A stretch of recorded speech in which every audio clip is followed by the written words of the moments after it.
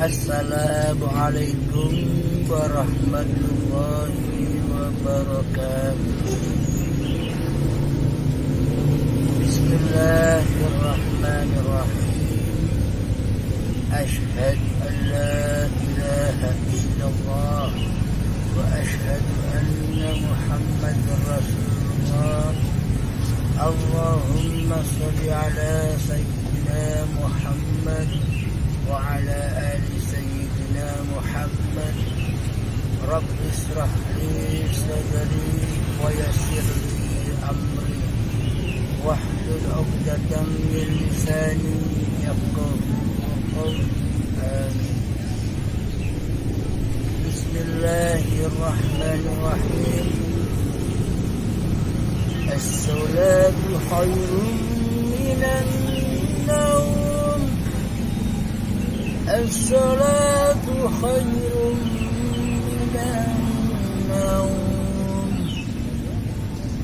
Salat itu lebih baik, salat itu lebih afdal daripada tidur. Sementara selama ini kita memahami bahwa arti sholat dan tidur di dalam kalimat yang diselipkan di azan subuh adalah sholatnya fisik, sholatnya badan, ibadahnya badan itu lebih baik daripada tidur. Tidurnya fisik, tidurnya badan. Itu menurut di sisi syariatnya demikian, menurut di sisi manusianya demikian. Akan tetapi menurut di sisi hakikatnya, menurut di sisi Allah, tidur dan sholat itu bagaimana?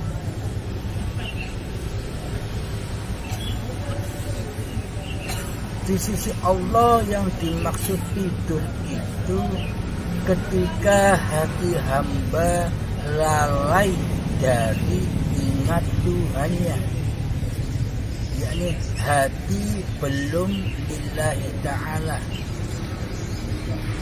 Ketika sholat, salli fardhu subhi rak'ataini mustaqbilal qiblati adaan lillahi ta'ala. Akan tetapi praktek hati masih hambanya lah yang berkuasa untuk melaksanakan sholat subuh, yakni hati hamba masih wujud hambanya yang berkuasa atas sholat dan seluruh kegiatan badannya dan fisiknya. Inilah yang dimaksud hati yang tidur, hati yang bermimpi seakan-akan dunia ini nyata. Nyata sendiri dengan wujud hambanya. Inilah sholat, inilah yang dimaksud tidur oleh Allah. Meskipun badan fisik kita sholat, akan tetapi di dalamnya tidak bisa bertemu dengan Allah. Ketika Allahu Akbar, bukan Allahnya yang dimahabesarkan, akan tetapi manusianya lah, hambanya lah yang dimahabesarkan di dalamnya. Terbukti kita merasa yang sudah sholat, terbukti kita yang merasa memiliki sholat itu di dalam hati kita, sehingga masuklah hawa nafsu, masuklah dunia, masuklah segala urusan dunia di dalam sholat itu, sehingga kita tidak bisa sholat dengan khusyuk. Karena di dalam sholat kita masih tidur, kita masih linafsi, praktek hatinya masih linafsi, belum lillahi ta'ala. inilah yang dimaksud tidur, inilah yang dimaksud jiwa yang mati. Bagaimana sholat yang sebenarnya di sisi Allah? Ketika takbiratul ihram, Allahu Akbar, hati memandang hiduplah yang menguasai badan untuk mengangkat tangan dan membesarkan hidup di dalamnya. Jadi hiduplah, jadi Allah lah yang maha besar di dalam sholatnya dan di dalam segala tindak laku apapun yang digerak-gerakkan oleh badan. Hati sudah kembali rojiun kepada hidup yang berkuasa atas badan-badan ini. Inilah yang dimaksud sholat, inilah yang dimaksud ingat, inilah yang dimaksud berzikir di sisi Allah, mengingat Allah. Bagaimana mungkin kita dikatakan berzikir kepada Allah? Bagaimana mungkin kita bisa dikatakan ingat kepada Allah, sedangkan sementara di dalamnya hati kita hanya mengingat dunia, hati kita hanya berzikir kepada dunia. Apa-apa yang diharapkan di hati seperti pahala, kemuliaan, kehormatan di sisi manusia, itu semua masih makhluk.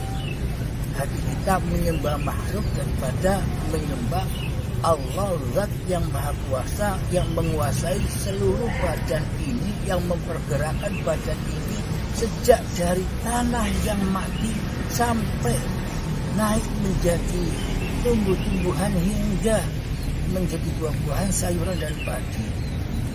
Terus berjalan digerak-gerakkan oleh Allah hingga mencapai sperma, sampai menjadi gumpalan darah, gumpalan daging, menjadi janin, menjadi bayi, hingga saat ini Allah lah hayatullah yang berkuasa atas badan-badan ini.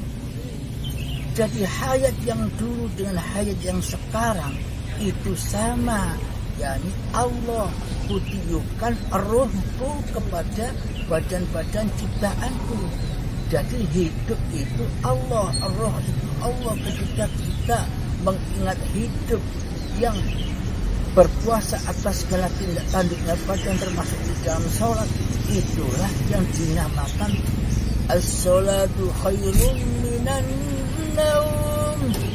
Sholat itu, ingat itu lebih afdal, lebih baik daripada lalai hatinya, daripada mempersekutukan Tuhannya dengan diri manusianya yang berkuasa di hati. Inilah yang dimaksud as-sholatu khairun minan naum.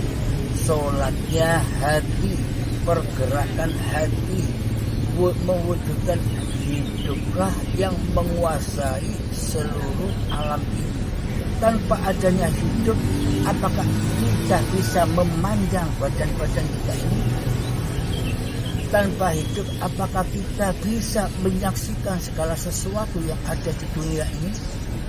Nah, hidup itulah penciptanya, bukan badan-badanmu, bukan badanmu yang menciptakan dunia, yang menampilkan segala sesuatu yang ada di dunia. Selama ini kan kita hanya beribrat, bersandar kepada yang mati, yakni badan-badan kita ini yang merasa wujud dan merasa tampil sebagai artis di dunia. Marilah kita sadari, marilah kita pahami bahwa artis dari segala artis di dunia itu adalah hidup, bukan fisik, bukan badan. Tanpa hidup, badan tak ada. Dengan hiduplah badan-badan kita ini terwujud. Dengan hiduplah segala sesuatu hingga alam semesta ini bisa wujud lewat mata kita, lewat pendengaran kita. Dengan hiduplah kita ada, dan dengan hiduplah kita kembali kepada Allah. Semoga Allah selalu memberi kita semua